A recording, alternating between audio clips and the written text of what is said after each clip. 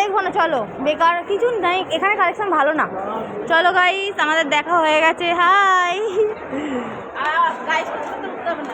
তো আমাদের দেখা হয়ে গেছে প্রজাপতি 2। কেমন লাগলো দিদি? দারুণ। তোমার কেমন লাগলো? খুব সুন্দর।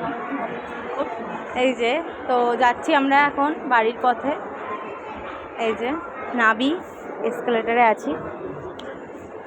তোমরাও দেখতে আসো, মুভিটা সত্যিই খুব ভালো হয়েছে, খুবই ভালো হয়েছে। কেমন লাগলো রাজ মুভি? মুভি কেমন লাগলো?